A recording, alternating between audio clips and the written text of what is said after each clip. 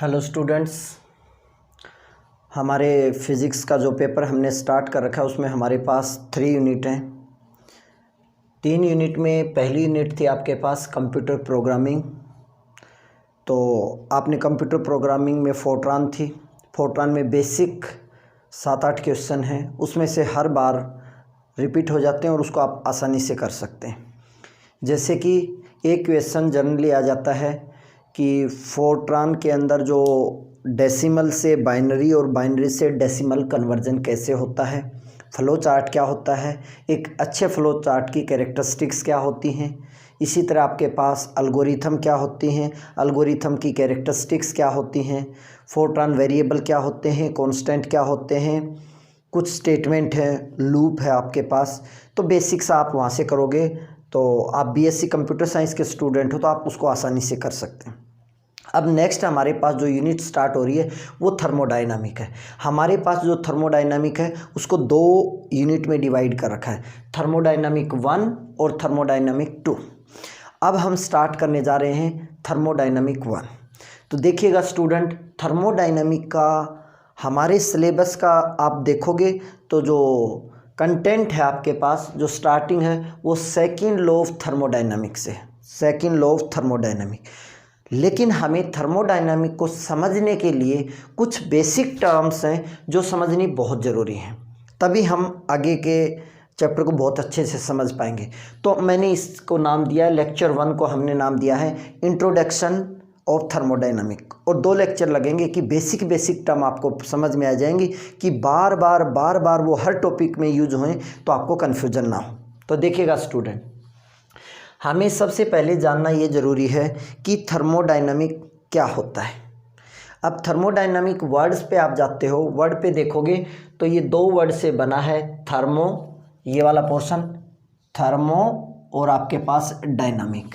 अब आपको थर्मो का मतलब पता है थर्मल एनर्जी, हीट एनर्जी, और डायनामिक मतलब मोशन। तो सीधा सा इसका मतलब क्या हुआ कि हीट एनर्जी से, थर्मल एनर्जी से मोशन का आ जाना।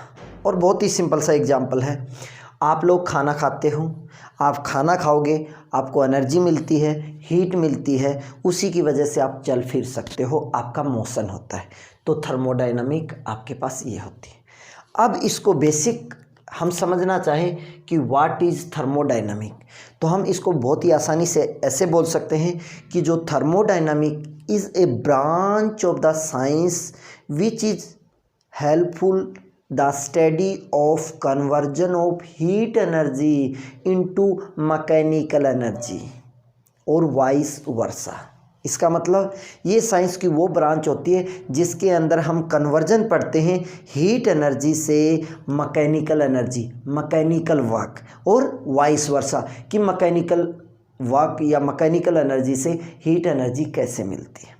स्टार्टिंग में इतना ही था, बाद में ये देखा गया कि conversion of the heat energy into all other form of energy, that is heat energy to electrical energy, heat energy to mechanical energy, heat energy to chemical energy। तो आपके पास अब इसको हम सीधा सा सेंटेंस बना लेते हैं कि thermodynamic is the branch of the science which deals with या which is helpful for study of the conversion of heat energy into mechanical energy and vice versa. इतना हमें समझ में आया। अब इसको समझने के लिए एक सिंपल सा एग्जांपल है। आपने कहा हीट एनर्जी से मैकेनिकल और मैकेनिकल से हीट, तो मैकेनिकल एनर्जी से, मैकेनिकल वर्क से हीट में कन्वर्जन तो बड़ा सिंपल सा है। आप इसको ऐसे समझ सकते हो, जैसे आपने अपनी हथेलियों को रब करना स्टार्ट किया तो आपके पास फोर्स है, फ्रिक्शनल फोर्स, फ्रिक्शनल फोर्स, और आपके हाथों का डिस्प्लेसमेंट। तो force into displacement that is work done. और यहाँ वर्क डन कैसा है, मैकेनिकल वर्क डन है, मैकेनिकल एनर्जी है आपके पास। अब हमने जब मैकेनिकल वर्क किया, हमारा वर्क खर्च हुआ है यहाँ पे, और हमने देखा कि हथेलियाँ गर्म हो गई हैं, तो हमारा mechanical work is converted into heat energy. ये तो हमने समझ लिया। लेकिन conversion of heat energy into mechanical energy, it is somewhat difficult to understand, with the help of simple examples. तो इसको समझने के लिए हमें कुछ इंजन की ज़रूरत होती है, उसके डिफरेंट कंपोनेंट की ज़रूरत होती है, कुछ पार्ट्स की ज़रूरत होती है, जिसको हम बोलते हैं हीट इंजन्स। तो उनकी हेल्प से हम पढ़ेंगे conversion of heat energy into mechanical energy. तो थर्मोडायनामिक के बाद हमारे पास बहुत ही इंपॉर्टेंट टर्म है जो पूरे चैप्टर को पढ़ने में हमारी हेल्प करेंगे। पहला है आपके पास थर्मोडायनामिक सिस्टम और सराउंडिंग। बार बार ये यूनिट, ये आपके पास दो वर्ड आएंगे कि ये सिस्टम है, ये सराउंडिंग है, ये सिस्टम है, ये सराउंडिंग है। तो हमें समझना है कि थर्मोडायनामिक सिस्टम क्या होता है। तो थर्मोडायनामिक सिस्टम को समझने के लिए मैं क्या कहूँगा कि आपके पास एक कुकर है, कुकर में आपने पानी डाल दिया, उसको आपने बंद कर दिया, उसको आपने हीट किया। तो कुछ टाइम के बाद आप देखोगे कि जो पानी है उसकी कुछ स्टीम बन जाती है, उसके अंदर स्टीम होगी, उसके अंदर वाटर होगा। पहले उसके अंदर जो वाटर था उसका कुछ टेम्परेचर था, कुछ प्रेशर था, उसका वॉल्यूम था। आपने गर्म किया तो उसका टेम्परेचर चेंज हो गया, उसका प्रेशर चेंज हो गया, वॉल्यूम आपके पास वही रहा।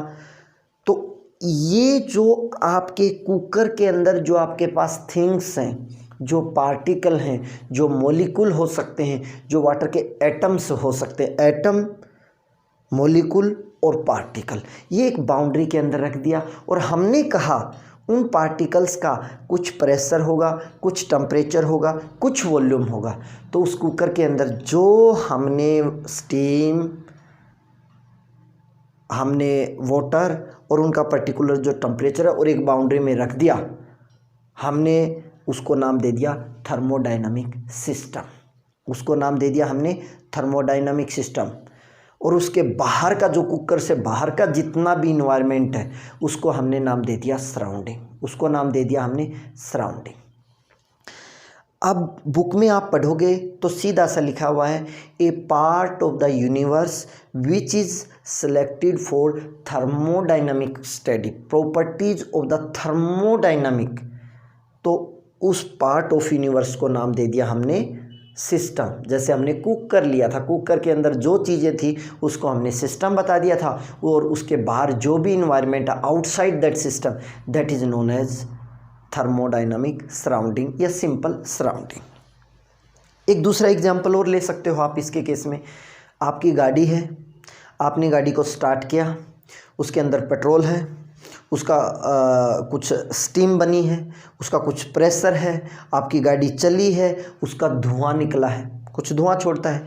तो उसका जो अंदर की जो भी कहानी हुई, हमारी गाड़ी को स्टार्ट करना, चलना, प्रेशर बनना, जो भी डीजल पेट्रोल है उसका प्रेशर बनना, धुआं निकलना, जो वो अंदर का है वो सिस्टम है। और उसके बाहर जो भी आपके पास इन्वायरमेंट है that is known as surrounding.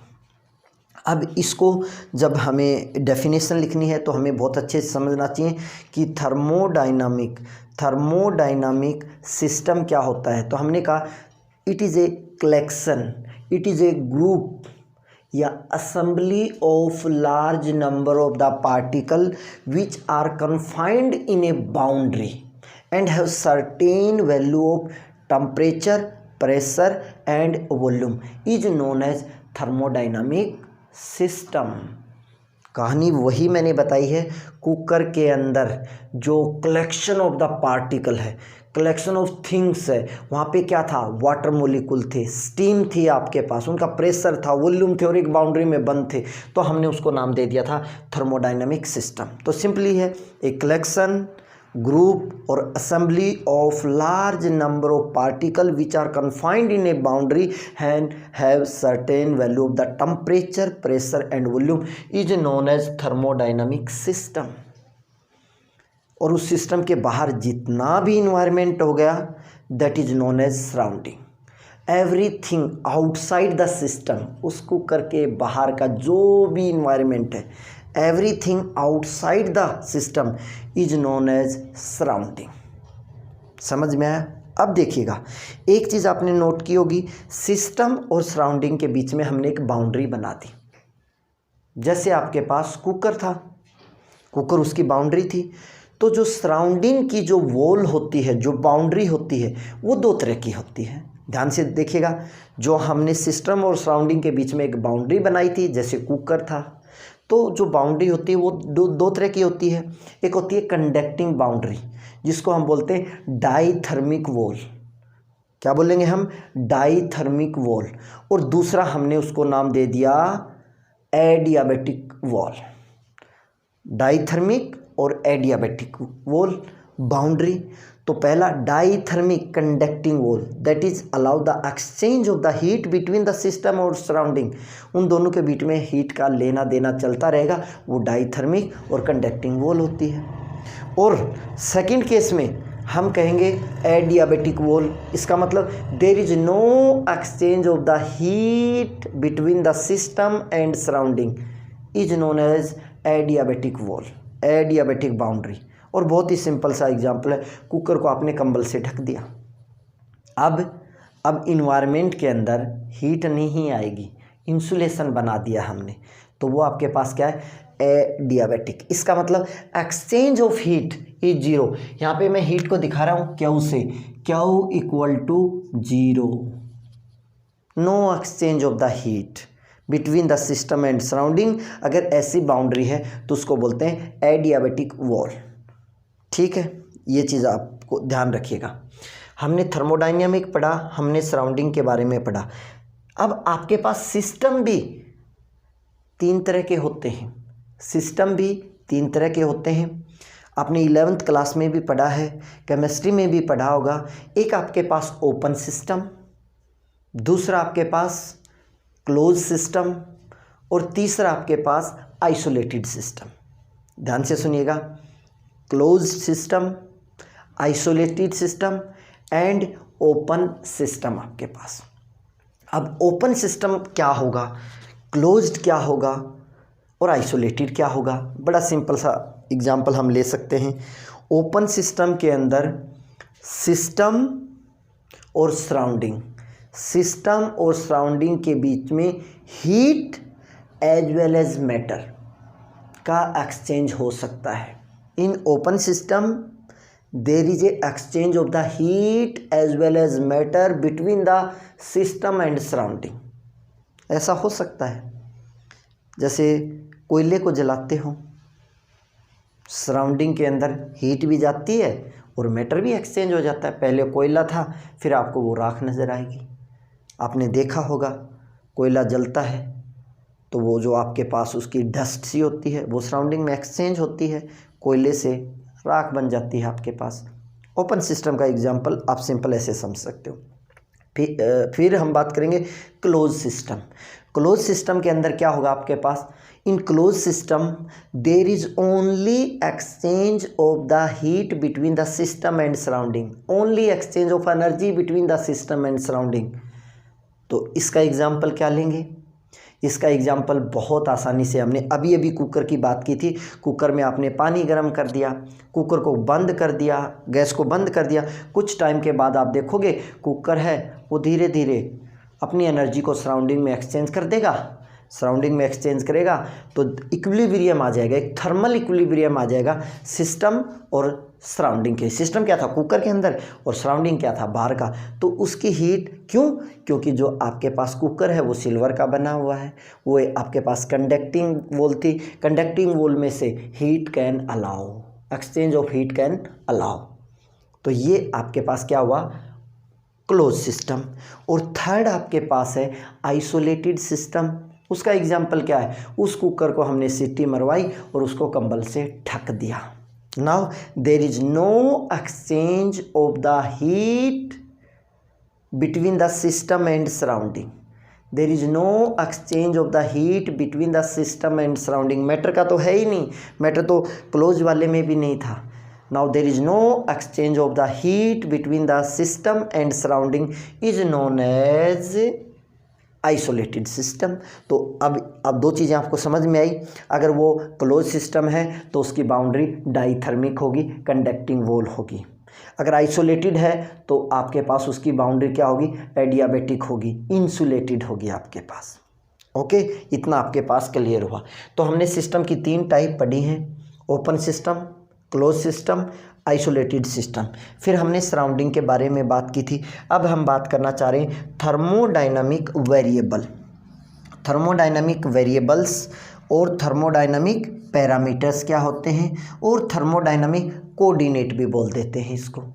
तो इसको समझने से पहले मैं आपको बता देता हूँ, पिछली बार जब हमने फर्स्ट सेम में या फर्स्ट ईयर में मैकेनिक्स के बारे में पढ़ा था, तो मैकेनिक्स का जब हम प्लेन के अंदर पढ़ते हैं तो हम ऐसे पढ़ते हैं कि ये आपके पास टाइम का कोऑर्डिनेट है, ये पोजीशन का कोऑर्डिनेट है, ये टाइम का कोऑर्डिनेट है, या ये पार्टिकल यहाँ पे है। इसकी लोकेशन जानने के लिए आप क्या करते हो, एक्स एक्सिस, वाई एक्सिस, इसके कोऑर्डिनेट आप कहोगे एक्स और वाई कोऑर्डिनेट होंगे। ये टाइम के साथ चेंज होंगे तो इसकी पोजीशन वेक्टर चेंज होगा, तो आपके पास वेलोसिटी भी आ गई।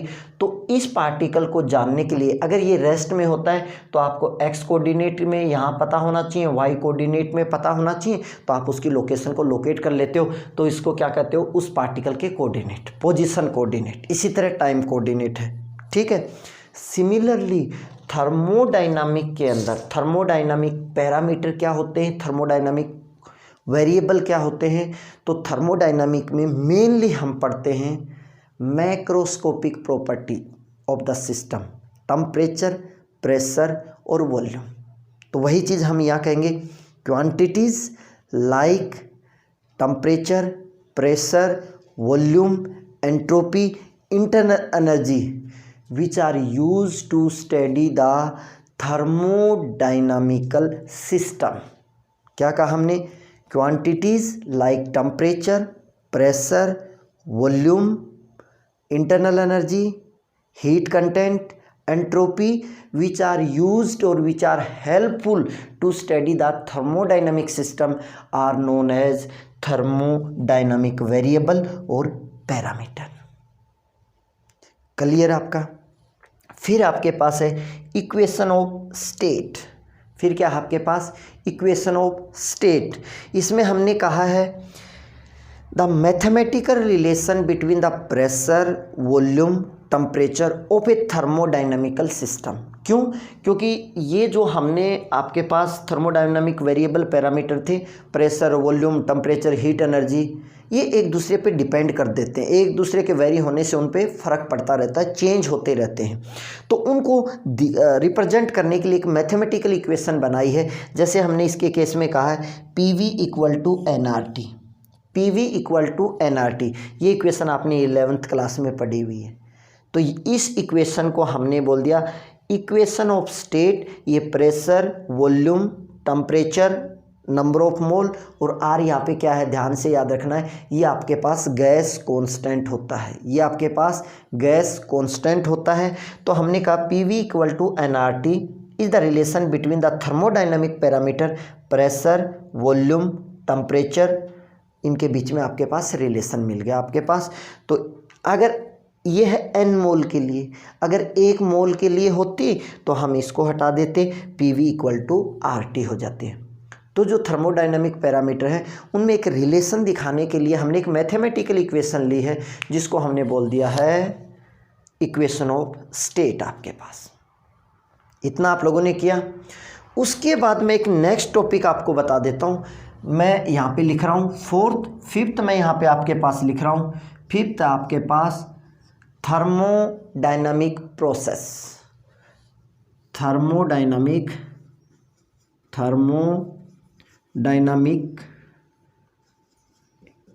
कल प्रोसेस, थर्मोडायनामिक या प्रोसेस, ये आपके पास क्या क्या होते हैं। तो इसमें देखिएगा थर्मोडायनामिक प्रोसेस क्या होता है। हम कहेंगे a thermodynamic process is said to be occur if thermodynamic parameter or variable, pressure, temperature, volume are changes with respect to time। अगर टाइम के साथ वो चेंज होने स्टार्ट हो जाते हैं तो हम वहाँ पे बोलते हैं थर्मोडायनामिकल प्रोसेस स्टार्ट हो चुका है। और ये आपके पास कौन कौन से हैं आपने पढ़े हुए हैं, जस्ट मैं आपको यहाँ पे रिमाइंड करवा देता हूँ। अगर ये चीज़ आपने बहुत अच्छे से देख लिए तो मैं आपको रिमाइंड करवा देता हूँ यहाँ थोड़ी दूरी के अंदर। पहला है आपके पास आइसोथर्मल प्रोसेस, आइसोथर्मल प्रोसेस। तो मैं यहाँ पे लिख रहा हूँ आइसोथर्मल प्रोसेस। अब आपको नाम से ही पता चल रहा है isothermal, no change in temperature, no change in energy. तो आइसोथर्मल के अंदर हम कहेंगे प्रेशर और volume can change but T can not change, can't change. अगर ये चेंज नहीं हो सकता तो चेंज इन टेम्परेचर dt को क्या कहेंगे हम, जीरो।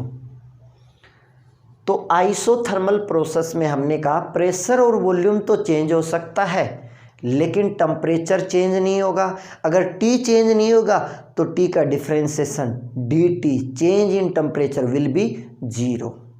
हुआ आपका दूसरा प्रोसेस आपके पास adiabatic process. Adiabatic process, adiabatic process. और इस प्रोसेस की मैंने आपको खासियत भी बताई थी। वॉल इसके केस में, आइसोथर्मल के केस में वॉल कैसी होनी चाहिए, कंडक्टिंग वॉल होनी चाहिए, डाइथर्मिक वॉल होनी चाहिए। और एडियाबैटिक प्रोसेस में हमने क्या कहा था, इंसुलेटेड वॉल होनी चाहिए। तो एडियाबैटिक प्रोसेस के अंदर प्रेशर भी चेंज हो सकता है, वॉल्यूम भी चेंज हो सकता है, टेम्परेचर भी चेंज हो सकता है, but change in heat will be zero. There is no change in heat. D Q बोलिएगा या क्यू को मैं यहाँ हीट से दिखा रहा हूँ, no change in heat, D Q will be equal to zero. Heat में चेंज नहीं होगा आपके पास। D Q change in heat आपके पास इसके केस में क्या रहेगा, एडियाबैटिक। तो आइसोथर्मल टेम्परेचर कांस्टेंट, वॉल्यूम और pressure can be change. In adiabatic process heat can not be change, pressure volume temperature can be change. Third आपने पढ़ा है, थर्ड में यहाँ पे लिख रहा हूँ, थर्ड है आपके पास आइसोबारिक। आइसोबारिक प्रोसेस, नाम से पता चल रहा है जी, isobaric, bar is the unit of pressure. इसका मतलब आइसोबारिक प्रोसेस के अंदर प्रेशर चेंज नहीं होगा, P कांस्टेंट रहेगा। अगर P कांस्टेंट रहेगा तो हम कहेंगे V and T can change, change हो सकते हैं। फोर्थ है आपके पास आइसोकोरिक या आइसोचोरिक, जो आप बोल रहे हो, आइसोकोरिक प्रोसेस। तो इसके केस में क्या होगा जी, वॉल्यूम आपके पास कांस्टेंट रहेगा। अगर वॉल्यूम कांस्टेंट रहेगा तो चेंज इन वॉल्यूम dV क्या कर देंगे जहां जरूरत पड़ेगी, इक्वल टू जीरो। आइसोबारिक में प्रेशर कांस्टेंट है तो चेंज इन प्रेशर क्या हो जाएगा, जीरो हो जाएगा। और फिफ्थ है आपके पास,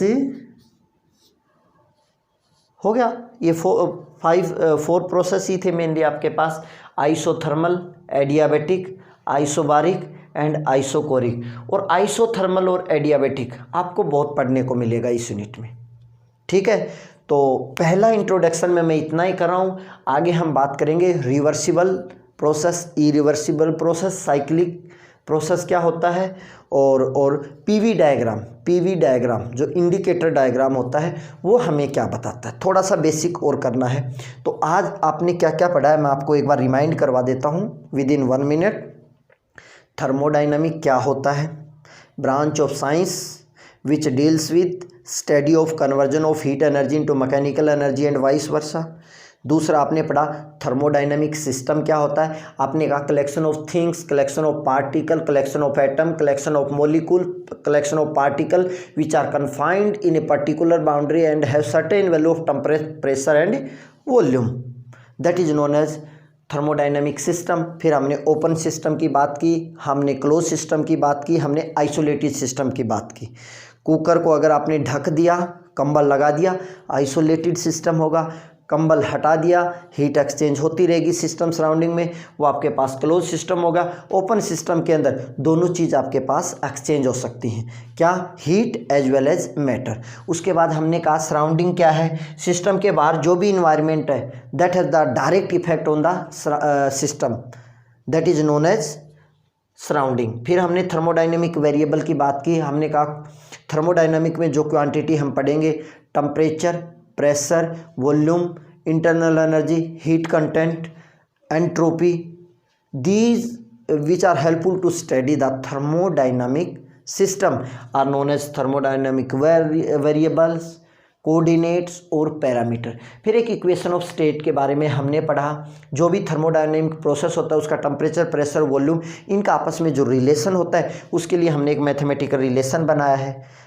तो उसको हमने PV इक्वल टू nRT की n मोल के लिए हमने एक इक्वेशन लिख दी है, वो इक्वेशन ऑफ स्टेट है। फिर हमने बात की थर्मोडायनामिकल प्रोसेस क्या होते हैं, तो हमने कहा ये आइसोथर्मल प्रोसेस होता है, T कांस्टेंट होता है तो dt इक्वल टू 0 होगा, प्रेशर वॉल्यूम कैन चेंज। फिर हमने पढ़ा है एडियाबेटिक, एडियाबेटिक में हमने कहा heat can not be change, तो DQ change in heat equal to 0, pressure volume temperature can be change. Isobaric process में हमने क्या किया, bar is the unit of pressure, pressure will be constant, then DP equal to 0, P and T can be change. इसी तरह isochoric में volume आपके पास constant रहेगा तो change in volume will be 0 आपके पास। तो ये बेसिक चीज़ें आपको बहुत अच्छे से याद होनी चाहिए। इंट्रोडक्शन एक और हम लेंगे, फिर हमारा मेन जो पेपर वाला कंटेंट है वो स्टार्ट हो जाएगा। लेकिन उसको समझने के लिए system, surrounding, parameter, equation of state, thermodynamic process, isothermal process, dt equal to 0, तो ये चीज़ें जब आपको याद होंगी तब आप इसको बहुत अच्छे से कर पाओगे। तो स्टूडेंट थैंक यू। तो अपनी कंप्यूटर वाले प्रोग्रामिंग वाली यूनिट को आप बहुत अच्छे से तैयार करोगे, कुछ सिलेक्टेड क्वेश्चन है और फिर हमारी थर्मोडायनामिक को आप आसानी से कर पाओगे। अपने नोट्स बना लेना, बुक के नोट्स मैं भेज रहा हूँ, बुक आप कोई भी ले सकते हो, आर चांद या आस चांद वाली जो पिछली बार आप लोगों के पास थी, मॉडर्न की है, वो मेरे पास मैं उसके आपको पिक्स भेज दूंगा। तो आप इसको बहुत अच्छे से तैयार करिएगा स्टूडेंट, क्योंकि क्लासेस का पता नहीं है ऑफलाइन क्लासेस कब स्टार्ट होंगी, लेकिन सिलेबस आपके है। तो मैंने ये वीडियो सिर्फ़ और सिर्फ इसलिए बनाई है ताकि आप लोगों के पास लाइव लेक्चर में बोलने के बाद रिकॉर्डिंग नहीं रहती है, और यहाँ आप जब भी आपका मन करे इस लेक्चर को आप अच्छे से पढ़ सकते हो। और तो और मैं चाहता हूँ कि गांव के बच्चों के पास भी ये वीडियो पहुँच जाए, जो थर्मोडायनामिक अपनी बहन भाई जो पढ़ना चाहें तो वो इसको आसानी से कर सकते। तो बेसिक टर्म अगर हमें याद होंगी तो बड़ी चीज़ें तो बेसिक से मिलके बनती हैं। Thank you students, we will meet in next lecture. Thank you.